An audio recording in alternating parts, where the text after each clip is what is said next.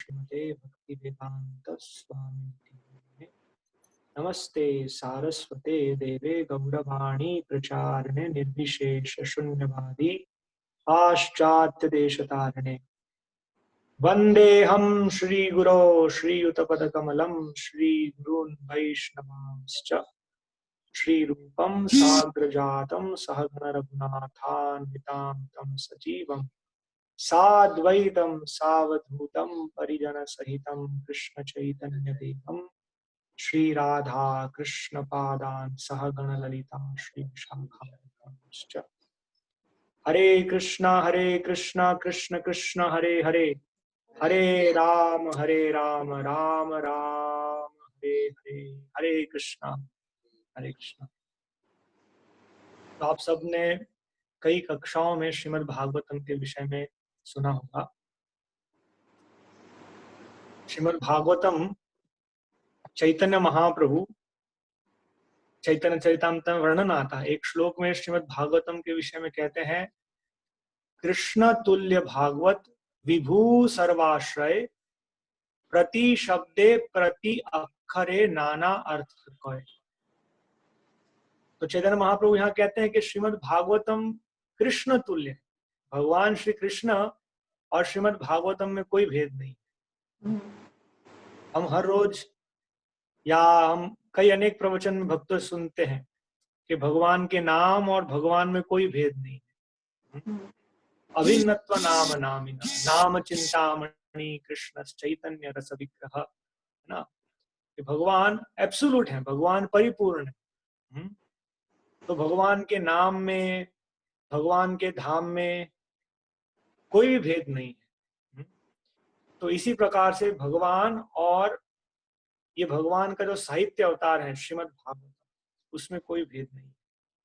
भगवान हमारे समक्ष कैसे आते हैं? भगवान हमारे समक्ष आते हैं धातु के रूप में, भगवान अर्च विग्रह धातु के रूप में आते हैं, या भगवान काष्ठ के रूप में आते हैं, जगन्नाथ बलदेव सुभद्रा दारू ब्रह्मन काष्ठ के रूप में हमारे सामने आते हैं, या भगवान रंग के रूप में हम देखते हैं, चित्रपट पिक्चर ऑल्टर जो होता है, तो रंग के रूप में भगवान हमारे समक्ष आते हैं। इसी प्रकार से यहाँ भगवान हमारे सामने उपस्थित है स्याही और कागज के रूप में, इंक एंड पेपर, है ना। तो हमारे लिए कैसे समझ पाना कि ये श्रीमद् भागवतम साक्षात भगवान है, कैसे समझ पाएंगे? इसीलिए जब हम श्रीमद् भागवतम का अध्ययन करेंगे तो हम समझ पाएंगे कि श्रीमद् भागवतम कैसे साक्षात भगवान है। चैतन्य महाप्रभु इसीलिए यहाँ कहते हैं कृष्ण तुल्य भागवत, श्रीमद् भागवतम कृष्ण के समान है। विभू सर्वाश्रय, विभू मतलब बहुत महान, सर्वाश्रय सभी को आश्रय प्रदान करने। अभी हम देखते हैं इस जगत में सब अलग अलग प्रकार के लोग हैं। आप सब भक्त हैं तो आप सब श्रील प्रभुपाद के कई ग्रंथों का अध्ययन करते होंगे।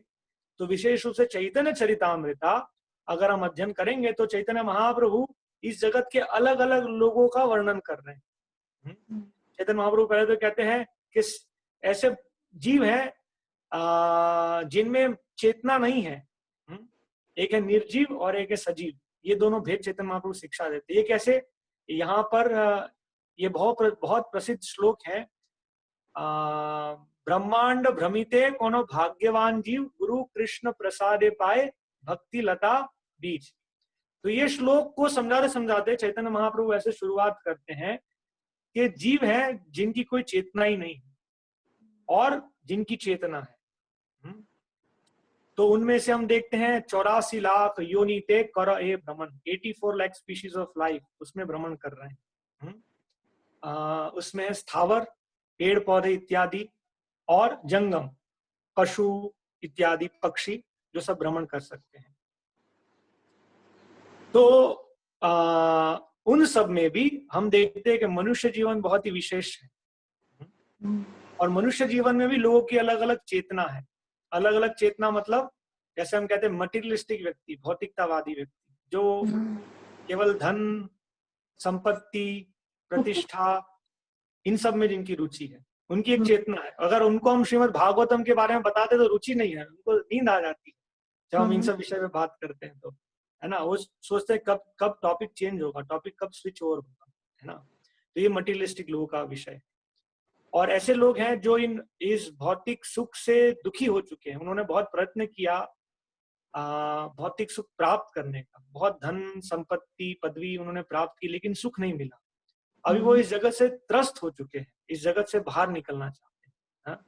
जिन्हें हम कहते हैं मुक्ति कामी, मुमुक्षु भी, इस प्रकार के लोग। और ऐसे लोग हैं जो इस जगत से ऑलरेडी मुक्त हो चुके हैं, इनको जगत से कोई भी लेना देना नहीं है। तो सर्वाश्रय, ये जो शब्द है यहाँ ये सूचित करता है कि इन तीनों श्रेणियों के लोगों को श्रीमद् भागवतम आकर्षित करता है। एक मटेरियलिस्टिक व्यक्ति भी भागवतम में आनंद प्राप्त करता है, एक व्यक्ति जो इस जगत से दुखी हो चुका है वो भी श्रीमद् भागवतम में आनंद प्राप्त करता है, और जो वास्तव में भगवान का भक्त है, जो ऑलरेडी मुक्त अवस्था में है, वो भी श्रीमद् भागवतम में आनंद प्राप्त करता है। इसीलिए भागवतम में कहा गया है अकामः सर्व काम वा मोक्ष काम उदारधि तीव्रेण भक्ति योगेन यजते पुरुष परम। पुरुष परम कृष्ण की, यजते पुरुष परम, कृष्ण की सेवा करना और कृष्ण की तुल्य भागवत का सेवा करना एक समान। तो चैतन्य महाप्रभु आगे कहते हैं प्रति शब्दे प्रति अक्षरे नाना अर्थ कौय। श्रीमद् भागवतम के एक एक शब्द में, एक एक अक्षर में इतने सारे अर्थ हैं। ये श्रीमद् भागवतम में पहले स्कंद में एक श्लोक आता है, आत्मारामश्च मुनयो निर्ग्रंथापि उरुक्रमे। आपने सुना है दीपक जी इस श्लोक के बारे में?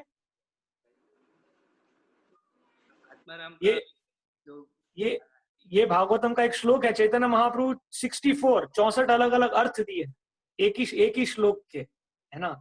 तो चैतन्य महाप्रभु कहते हैं कि ये श्रीमद् भागवतम का एक एक श्लोक, एक एक अक्षर, उसमें नाना अर्थ है। इस श्रीमद् भागवतम का जो पहला श्लोक है, इस श्रीमद् भागवतम की शुरुआत कैसी आती? ओम नमो भगवते वासुदेवाय जन्माद्यस्य यतः अन्वयादितरतश्च अर्थेषु अभिज्ञस्वराट् तेने ब्रह्म हृदया आदि कवये मुह्यन्ति यत् सूरयः तेजो वारि मृदाम यथा विनिमयो अत्र त्रिसर्ग अमृषा धाम्ना स्वेना सदा निरस्तकुहकं सत्यम परम धीमहि। ये श्रीमद् भागवतम का पहला फर्स्ट वर्ष है। इस श्रीमद् भागवतम के पहले श्लोक पर श्रील भक्ति सिद्धांत सरस्वती ठाकुर 1 महीने तक प्रवचन दिए, 1 मंथ, एक ही श्लोक को समझाए। और भक्ति सिद्धांत सरस्वती महाराज का एक लेक्चर, जैसे अभी हम यहाँ पर 10-15 मिनट बात करेंगे, भक्ति सिद्धांत महाराज मिनिमम 2 आवर्स, 2 घंटे प्रतिदिन इस श्रीमद् भागवतम के पहले श्लोक को समझाए। तो हम समझते श्रीमद् भागवतम कितना विशाल है, कृष्ण समान, कृष्ण अनंत है, इसी प्रकार से श्रीमद् भागवतम भी अनंत है। तो इसे कैसे समझना होगा? श्रीमद् भागवतम को हमें एक भक्त भागवत से समझना। चैतन्य महाप्रभु अपनी शिक्षा में कहते हैं भागवत गिया पुरा भागवत स्थाने। श्रीमद् भागवतम हम देखते हैं बहुत सारे भागवत कथा होते हैं ना, अभी 7 दिन बड़े बड़े मंच पर बहुत सारी संगीतमयी व्यवस्थाएं हैं, है ना, लोग भागवत सुनने जाते हैं, लेकिन वो भागवत सुनने के बाद भी उनके जीवन में कोई परिवर्तन नहीं होता। 7 दिन एक प्रकार का मनोरंजन, उनके लिए आनंद है। जैसे मूवी देखने जाते हैं हमें आनंद लगता है, फिर 7 दिन भागवत कथा जाते हैं वहां आनंद लगता है, और फिर उसके बाद वही मूवी देखना, वो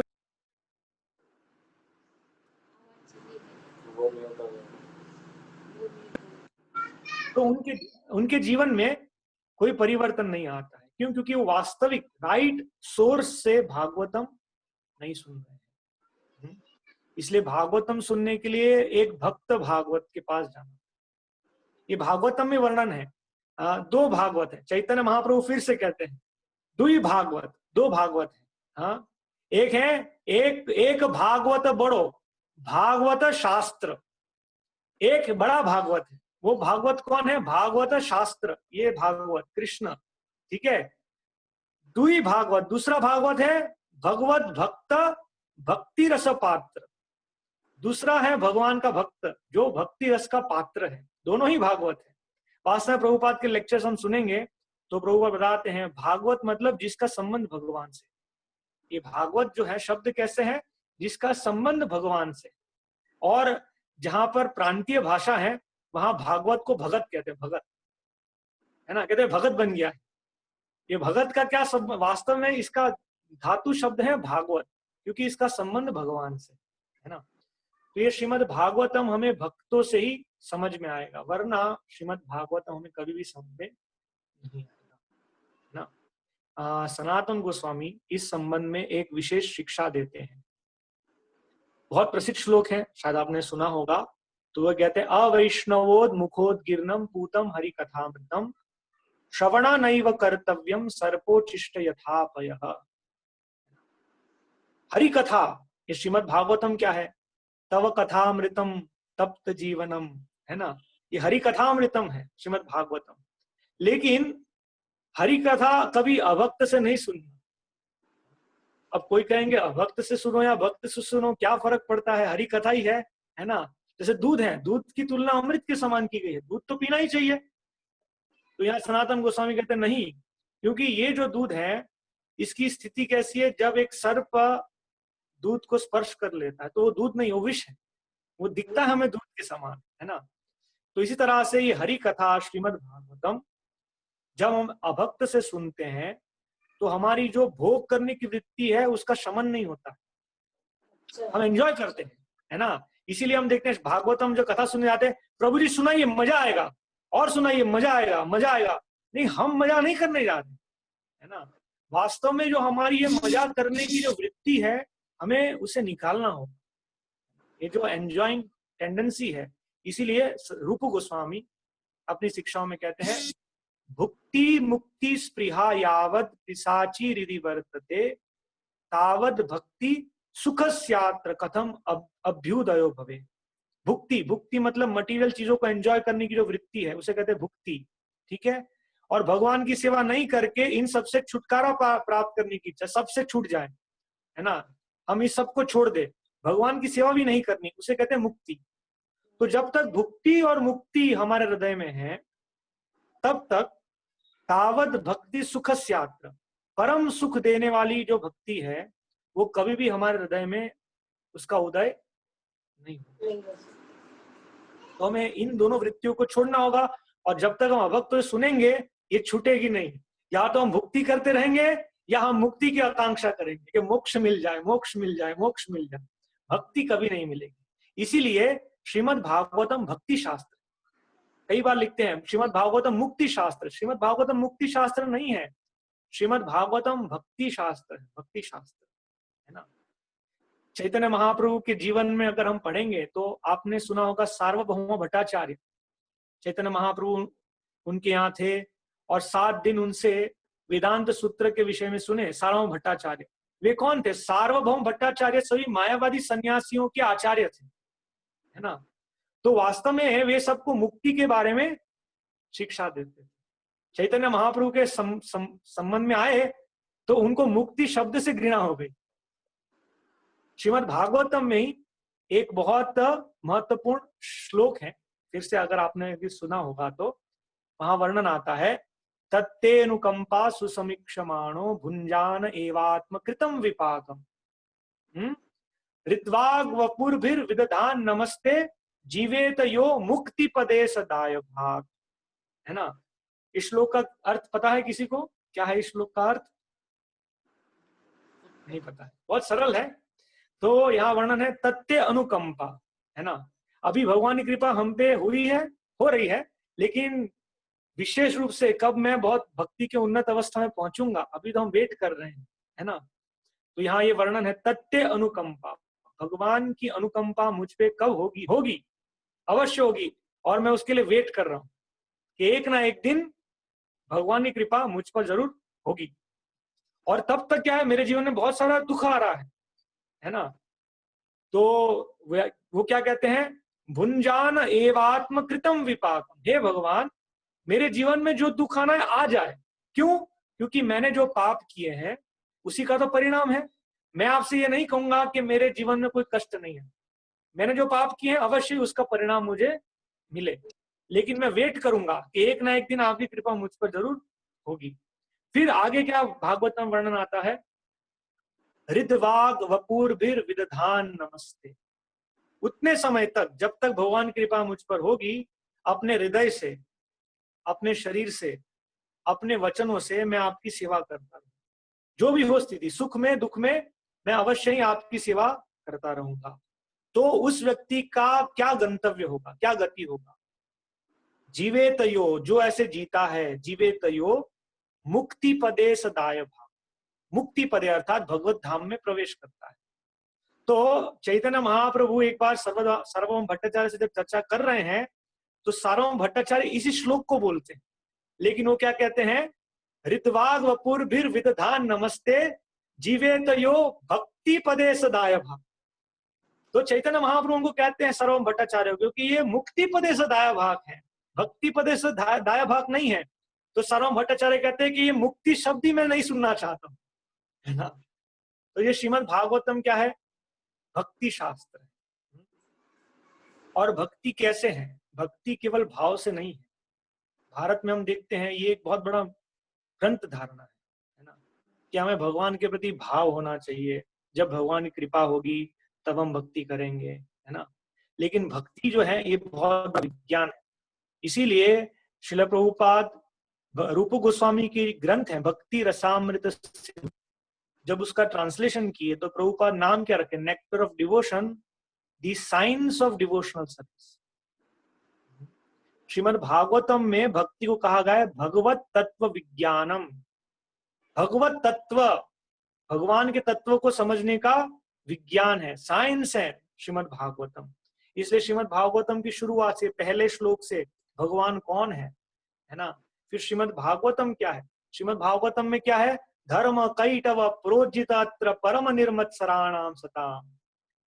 जो भी धर्म के नाम पे अधर्म चल रहा है उसको इकट्ठा करके श्रीमद् भागवतम से बाहर फेंक दिया गया है। प्रभु को उदाहरण देते, जैसे हमारे घर से सारा कचरा इकट्ठा करके घर के बाहर डाल देते हैं, इसी तरह से कैटव धर्म श्रीमद् भागवतम से बाहर निकाल दिया। तो श्रीमद् भागवतम वास्तव में है क्या?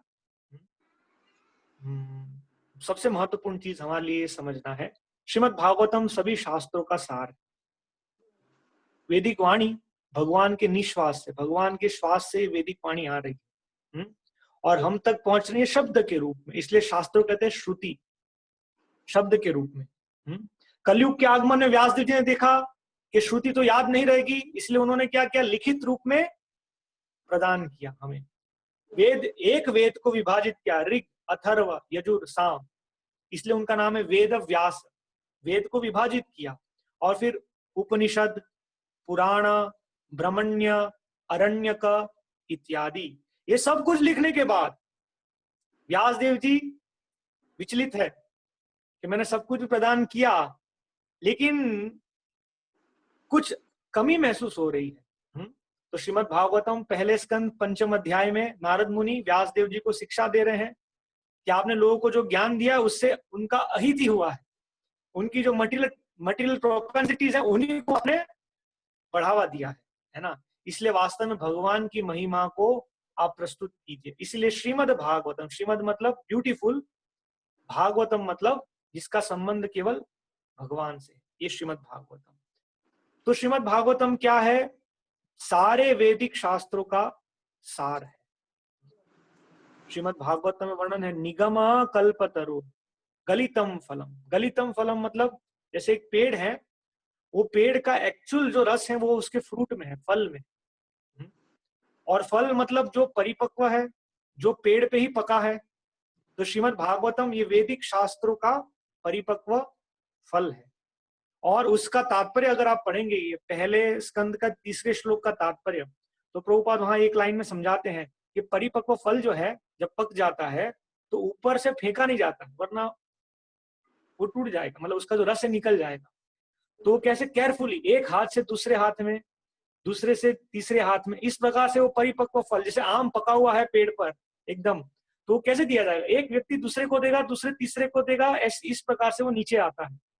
तो इसी प्रकार से ये जो श्रीमद् भागवतम है भगवान से प्रामाणिक गुरु शिष्य परंपरा में परिपक्व फल के रूप में हमें यहाँ प्राप्त होता है।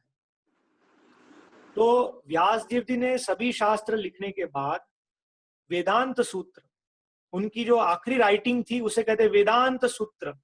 छोटे छोटे सूत्र में वैदिक शास्त्रों का सार प्रस्तुत किया, है ना। अब वैदिक शास्त्रों का सार, उसी का ही परिभाष्य स्वयं व्यासदेव जी ने दिया श्रीमद् भागवतम के रूप में। इसलिए अगर आपने वेदांत सूत्र कभी देखा हो या आपने प्रवचनों में सुना हो, तो वेदांत सूत्र में वर्णन आता है अथा तो ब्रह्म जिज्ञासा, पहला सूत्र है वेदांत सूत्र। क्या है? अथा तो ब्रह्म जिज्ञासा जन्माद्यस्य यतः, है ना। ये दूसरा सूत्र है वेदांत सूत्र का। तो मैं जो कह रहा हूं आप समझ पा रहे हैं या हम थोड़ा सा? बिल्कुल बिल्कुल समझ रहे हैं। जी जी जी, ओके। तो मैं जो समझाने का प्रयत्न कर रहा था कि अथा तो ब्रह्म जिज्ञासा, यहाँ हमारे आचार्य ये वर्णन करते, अथा तो मतलब अभी ये मनुष्य जीवन मिला है तो क्या जिज्ञासा करना चाहिए। अभी लोग जिज्ञासा करते हैं, आप सिंगापुर गए हैं, आप स्विट्जरलैंड गए हैं, या आपने ये मूवी देखा, ये जिज्ञासा है ना, ये जिज्ञासा है। तो आपने इस नॉवल को पढ़ा, ये जिज्ञासा है। तो वेदांत सूत्र कहता है अथा तो अब मनुष्य जीवन जो मिला है, ब्रह्म जिज्ञासा, परम सत्य के बारे में जिज्ञासा करना, ये पहली शिक्षा है वेदांत सूत्र की। दूसरा, हमारे आचार्यगण उसकी टीका देते, अथा तो मतलब हमारे जीवन में हमने शास्त्र पढ़ना प्रारंभ किया तो एक के बाद एक के बाद एक शास्त्र पढ़ते, कर्म कांड, ज्ञान कांड, इन सभी शास्त्रों से भ्रमण करते करते करते अभी मैं वेदांत सूत्र पे आया हूं, जो टॉप मोस्ट शास्त्र है वेदांत सूत्र। तो वेदांत सूत्र कहता है अब किसी लाभ के लिए जिज्ञासा मत करो, ये करूंगा ये मिलेगा, है ना। पुरुषोत्तम मास अभी आप देखेंगे सब क्या करेंगे, पुरुषोत्तम मास में क्या मिलेगा, एक महीना ऐसा करेंगे तो क्या मिलेगा, ऐसा करेंगे तो क्या मिलेगा, उसकी महिमा में ये बताओ। ये क्या, ये कर्म कांड है। पुरुषोत्तम मास पालन कर रहे हैं, कुछ शास्त्र अध्ययन कर रहे हैं, हरि नाम जप कर रहे हैं, लेकिन कुछ प्राप्ति के लिए। तो वेदांत सूत्र यहाँ पर कहता है ब्रह्म जिज्ञासा, ब्रह्म के बारे में जिज्ञासा करना, ये है। तो उसी पहले सूत्र का आंसर श्रीमद् भागवतम में शुरू होता है। तो ये कैसे, आप देखिए, पहले दो सूत्र है अथा तो ब्रह्म जिज्ञासा, अभी परम सत्य के बारे में जिज्ञासा करना। तो परम सत्य कौन है? दूसरा सूत्र, जन्माद्यस्य यतः, जन्म आदि अस्य यतः, इस जगत का जन्म कहां से होता है, और जन्म आदि मतलब पालन संहार कहां से होता है, जिनसे होता है वो है ब्रह्म या परम सत्य। ये दो सूत्र है। श्रीमद् भागवतम इसका आंसर देता है, पहले आंसर देता है फिर एक्सप्लेन करता है। आंसर है ओम नमो भगवते वासुदेवाय, मैं उन भगवान वासुदेव को प्रणाम करता हूं जिनसे, फिर क्या होता है शुरुआत, ओम नमो भगवते वासुदेवाय जन्मादि अस्य यतः अन्वयादितरतश्च अर्थेषु अभिज्ञ। इन वासुदेव से जन्म आदि अस्य यतः होता है ना। तो ये श्रीमद् भागवतम, ये वास्तव में वेदांत सूत्र का परिभाष्य है। लोग कई बार कहते हैं हमको 4 वेद चाहिए, 4 वेद, 4 वेद कैसे पढ़ेंगे, आपको संस्कृत व्याकरण भी नहीं आता है ना। कम से कम 12 साल प्रशिक्षण चाहिए वेद अध्ययन के लिए, व्याकरण का अध्ययन, तभी शास्त्र पढ़ पाएंगे। तो इन चारों वेदों का जो सार है वेदांत सूत्र, और उस वेदांत सूत्र का स्वाभाविक परिभाष्य है श्रीमद् भागवतम, जो व्यासदेव जी हमें प्रदान करते हैं। तो जिनकी इच्छा है वेद पढ़ने की, उनको आप भागवतम दे दीजिए। ये श्रीमद् भागवतम चारों वेद है ना, वास्तव में इनसे भी ऊपर। हाँ, सत्यम विशुद्धम वसुदेव शब्दितम, परम सत्य यहाँ पर वर्णन है। इसलिए इस पहले श्लोक की आखिरी पंक्ति में सत्यम परम धीमहि, मैं उन पूर्ण पुरुषोत्तम भगवान पर ध्यान करता हूँ, ये श्रीमद् भागवतम प्रदान करता है। श्रीमद् भागवतम की तो बहुत विशेष महिमा, एक एक श्लोक आप अगर हम श्रीमद् भागवतम में पढ़ेंगे, विशेष रूप से पंचम अध्याय में नारद मुनि 2 श्लोक समझाते हैं। एक तरफ वो कहते हैं कि ऐसे शब्द हैं, तद वायसम तीर्थम उसंति मानस, वो श्लोक में ऐसा आता है, नयत चित्र पदम हरेर यशो जगद अपवित्रम प्रगृणीत करहिचित तद वायसम तीर्थम उसंति मानस, है ना। तो वहां पर वर्णन किया गया कि मंडेन लिटरेचर, बहुत सारे स्पोर्ट्स स्टार हैं, फिल्म फेयर हैं, ऐसे बहुत सारे मैगजीन हैं, और लोग बड़ी भारी मात्रा में उसे लेते हैं। बैंगलोर में आईटी रिलेटेड मैगजीन्स होंगे जो लोग लेते हैं, पढ़ते हैं, टेक्नोलॉजी में क्या चल रहा है, अभी क्या हो रहा है ना। लेकिन श्रीमद् भागवतम वर्णन है कि जिसमें भी भगवान हरि का यश वर्णन नहीं है ना। ये वायसम तीर्थ मतलब कौओं का तीर्थ स्थान। कैसे समझेंगे कौओं का तीर्थ स्थान? आप भोपाल या पता नहीं बैंगलोर में भी कभी आप आएंगे जहां पर बहुत गार्बेज रखा है, वहां कौवे घूमते रहते हैं, है ना। एक ऐसा लैंडफिल होगा, लैंडफिल जहां पर सारा कचरा बैंगलोर का डालते होंगे, तो वहां आप जाएंगे, वहां कौवे बहुत सारी मात्रा में एकत्रित होते हैं, है ना। उसे कहते हैं कौओं का तीर्थ स्थान। तो अन्य जो लिटरेचर है, जो लाइब्रेरी पूरी भरी हुई है, जिसमें भगवान हरि का कोई यश नहीं है, भागवतम कहता है ये कौओं का तीर्थ स्थान है। और उसके बाद के श्लोक में समझाया है, तद्वाग विसर्गो जनताग विप्लवो यस्मिन् प्रति श्लोकम अबद्धवती नामानि अनंतस्य यशो अंकितानि यत् शृण्वन्ति गायन्ति घ्नन्ति साधु। ऐसे शब्द हैं जो पापमय सभ्यता में क्रांति लाते हैं, है ना। तो वर्तमान में हमारी स्थिति ऐसी, हम सबका जो जीवन है आप देखेंगे, अगर पहले जाएंगे थोड़ा सा हिस्ट्री में, पास्ट में, तो कोई भी उसमें ब्राइट साइड नहीं है, सब ब्लैक है। शिला प्रभुपाद के समय ऐसा हुआ, एक रिपोर्टर आए और उन्होंने कहा शिला प्रभुपाद को कि हम आपके शिष्यों का इतिहास, पास्ट लाइफ जानना चाहते हैं, उन्होंने पहले क्या थे, पहले वो क्या करते थे। प्रभुपाद कहते पहले क्या था, उन्होंने सब ब्लैक है, पहले कुछ नहीं जानने जैसा है ना। कोई शराबी था, कोई कुछ था, कोई कुछ था, कोई कुछ था, सबका जीवन ऐसा ही है ना। हम 10 बजे उठते थे, 12 बजे उठते थे, है ना, 4 बजे सोते थे, पूरा दिन टीवी देखते थे, है ना, रेस्टोरेंट में खाते थे, यही हमारा जीवन में कौन सी नई बात है, यही जीवन है हमारा, है ना। तो ऐसी पापी सभ्यता को परिवर्तन करता है ये श्रीमद् भागवत। जनताग विप्लव यस्मिन् प्रति श्लोकम अबद्धवती। एक एक श्लोक में, भले ही उसका जो बंधारण है, मतलब उसकी जो पोएट्री है वो इतनी अच्छी नहीं है। भागवतम में आप देखेंगे एक एक श्लोक अलग अलग है, कभी 1 मीटर चल रहा है, कभी कुछ दूसरा मीटर चल रहा है, कभी और मीटर चल रहा है, एक जैसा नहीं है। फिर भी शृण्वन्ति गायन्ति घृणन्ति साधव, साधु जन ये श्रीमद् भागवतम सुनते हैं, गाते हैं, एक एक शब्द को स्वीकार करते हैं। तो इस तरह से हम अभी बहुत भाग्यवान हैं, भगवान स्वयं उपस्थित हुए हैं हमारे घर पर, है ना। तो हमें बहुत आदर पूर्वक श्रीमद् भागवतम का अध्ययन करना चाहिए, और एक बार नहीं, बार बार श्रीमद् भागवतम का अध्ययन करना है, क्योंकि एक एक श्लोक, एक एक अक्षर में नाना अर्थ है ना। वृंदावन के एक लेक्चर में, प्रभुपाद वृंदावन में एक लेक्चर में बोले, make Shrimad Bhagavatam your life and soul. आपको श्रीमद् भागवतम को अपना जीवन प्राण बनाना चाहिए, है ना। तो इस तरह से हमें समय निकालकर, ये आप, मैं देख रहा हूँ आपके घर में बहुत प्रमुख स्थान में रखा है, आज सबके घर में टीवी होता है, मेन स्थान जो है वहां पर टीवी, बहुत बड़ा प्लाज्मा टीवी वहां लगा दिया जाता है, वो घर का राजा है टीवी, है ना, वहां से वो सबको कंट्रोल करता है। तो हमारा ये सबसे रिक्वेस्ट है कि आप उस टीवी को घर से बाहर निकाल दिए, फेंक दीजिए।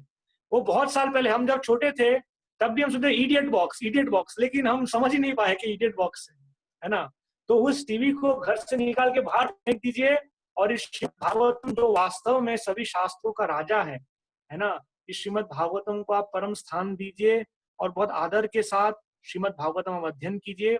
स्वयं भगवान श्री कृष्ण है, और ये भागवतम पढ़ते पढ़ते हमारे जीवन की जो इच्छा है कृष्ण प्रेम, वो हमें प्राप्त होगी। हरे कृष्णा। यदि आपके कोई प्रश्न, जिज्ञासा, कुछ चर्चा है तो आप कर सकते हैं। किसी का कोई प्रश्न है वहाँ पर? मम्मी इधर किसी का हो तो कोई प्रश्न या कुछ जिज्ञासा, वैसे भी अगर आपका कोई चर्चा है तो हम 5-1 मिनट कुछ चर्चा भी कर सकते हैं। अभी किसी ने कुछ पूछा ना? नहीं, वो आपसे पूछ रहे थे कि कोई आपका प्रश्न है क्या? हाँ, तो मैं एक प्रश्न पूछना चाहूंगी कि मुझे थोड़ा सा ब्रह्म तत्व के बारे में आप रिपीट कर रहे हैं, आपका वॉइस ब्रेक हो रहा है, फिर से आप रिपीट करेंगे प्रश्न को? ब्रह्म तत्व के बारे में जानना है। हाँ, ब्रह्म तत्व, है ना। तो सबसे पहले शास्त्र में 2 शब्द आते हैं, ब्रह्म, है ना। कई बार लोग कहेंगे अहम ब्रह्मास्मि, मैं ब्रह्म हूं, है ना। ब्रह्म अर्थात परम सत्य, मूल रूप से ब्रह्म अर्थात परम सत्य। इसलिए आपने प्रश्न किया, मैं ब्रह्म तत्व के बारे में जानना चाहती हूँ, है ना। लेकिन इस ब्रह्म तत्व को भी शास्त्र में अलग अलग रूप से विभाजित किया गया है ना। एक है ब्रह्म और एक है पर ब्रह्म। अच्छा। भगवद गीता अगर आपने अध्ययन किया है 10वें अध्याय में अर्जुन भगवान श्री कृष्ण को संबोधित करते परम ब्रह्म परम धाम पवित्रम परमम भवाम। तो वहां क्या कहते हैं, परम ब्रह्म, है ना। तो जब लोग कहते हैं अहम ब्रह्मास्मि, मैं ब्रह्म हूं, तो मैं परम सत्य हूं, मैं परम सत्य नहीं हूं, है ना। ब्रह्म के ऊपर एक सत्य है जिसे कहते हैं परम ब्रह्म, वो परम सत्य है। सत्यम परम धीमहि, जो भागवतम आखिरी श्लोक में कहता है ना। ब्रह्म अर्थात परम चीज है, लेकिन वो ब्रह्म अलग अलग चीजों के लिए संबोधित होता है। जीवात्मा भी ब्रह्म है, ये भौतिक जगत है, सृष्टि, इसे भी कई बार ब्रह्म कहा जाता है। इसलिए ये सृष्टि भगवान से आती है, ये जीवात्मा भी भगवान से आते हैं, जीवात्मा भगवान का अंश है। ममेवांश जीवलोके जीवभूत सनातन। पुरुषोत्तम योग, पुरुषोत्तम मास है, पुरुषोत्तम योग 15वां अध्याय उसका 7वां श्लोक भगवान कहते हैं ममा एव अंशः, हम भी भगवान के अंश हैं। इसीलिए भगवान है ब्रह्मा, भगवान के अंश होने के नाते हम भी है ब्रह्मा। लेकिन वो एक कैसे एक है, बाय क्वालिटी, गुणवत्ता में। जैसे सागर है खारा, सागर की बूंद है खारी। समझ पा रहे हैं आप माता जी इसको? हाँ हाँ बिल्कुल भैया। जैसे एक सोने की खान है और सोने का कण है, दोनों का रसायन एक ही रूप से है, लेकिन मात्रा में अंतर है। एक बूंद सागर के समान शक्तिशाली नहीं है। इसी तरह से भगवान है ब्रह्म, लेकिन भगवान है पर ब्रह्म और हम एक छोटे से ब्रह्म, है ना। भगवान कैसे ब्रह्म है? भगवान आपके शरीर में है, भगवान मेरे शरीर में है, भगवान दीपक जी के शरीर में है, सबके शरीर में है। इसलिए भगवान सबके शरीर में क्या चल रहा है जान सकते हैं, लेकिन मैं तो केवल अपने शरीर में जानता हूँ, और आपके शरीर में क्या चल रहा है मैं नहीं जानता, है ना। तो ये हम में और भगवान में अंतर है, ब्रह्म और पर ब्रह्म में अंतर है। जीव भगवान का अंश है, भगवान के समान कभी नहीं हो सकता जी। ये थोड़ा सा संक्षिप्त समझ है। अच्छा, बहुत अच्छे से समझाया आपने, बहुत जी। और वो ब्रह्म है, वो व्यक्ति है, वो व्यक्ति के शरीर से जो ज्योति निकलती है उसे कहते हैं ब्रह्म ज्योति। कई बार ब्रह्म को ब्रह्म ज्योति समझकर उसको परम मान लेते हैं, है ना। लेकिन वास्तव में वो ब्रह्म ज्योति क्या है, भगवान के शरीर की अंग कान। इसीलिए भगवान के भक्त प्रार्थना करते हैं कि भगवान ये ब्रह्म ज्योति को हटाइए, जिससे हम आपके वास्तविक स्वरूप को समझ पाएंगे। ईशोपनिषद में एक श्लोक है ये पूरा, हिरण्मयेन पात्रेण सत्यस्यापिहित मुखम तत्तम पुषम अपावृणु सत्य धर्माय स्थाप्य, कि भगवान ये ब्रह्म ज्योति को हटाइए जिससे हम आपके वास्तविक स्वरूप को समझ पाए, है ना, देख सके उनको जी। तो आप श्रीमद् भागवतम ऐसे अध्ययन करिए और आप अन्य लोगों को भी प्रेरणा दीजिए। जैसे यहाँ भक्तों ने आपको प्रेरणा दी, अभी आपका उत्तरदायित्व है और लोगों को प्रेरणा देना, श्रीमद् भागवतम उनके घर तक भी पहुंचे। हरे कृष्णा। हरे कृष्ण जी, धन्यवाद। हरे कृष्ण। श्रील प्रभुपाद की जय। बहुत अच्छे से समझा, मतलब इस शब्द को ही मुझे अटकता था कि ये क्या है, जो आज उन्होंने कर दिया क्लियर। कितने अच्छे से समझाया, देख आया समझ में, कैसा लगा? बहुत अच्छा लगा, उन्होंने समझाया कि भागवत क्या है।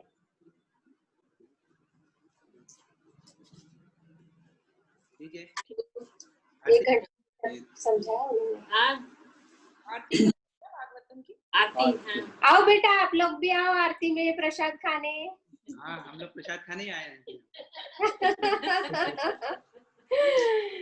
चलो आरती करते फिर, है ना। करेंगे हम। और मुझे बता दो, ये बंद कर दो, मुझे बता दो ये देना आंटी को, मुझे दे दीजिए जी। आप कर दो, है मम्मी तो आरती करेंगी। छोटी सी प्लेट है। हरे कृष्ण। हरे कृष्ण पीयूष प्रभु। अच्छा म्यूट पे नहीं है ना, ये है ठीक है। बैक कैमरा ऑन करना।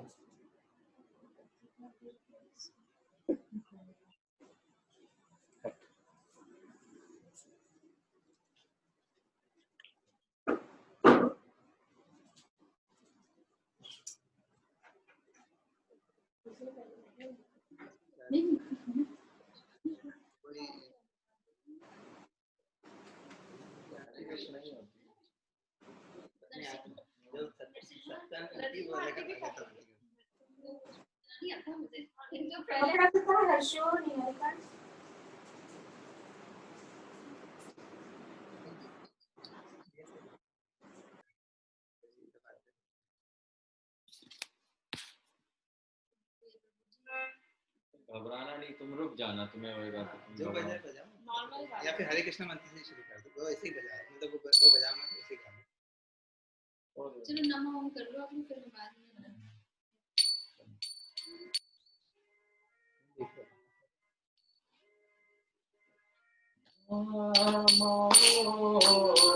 विष्णु पादाय कृष्ण पृष्ठाय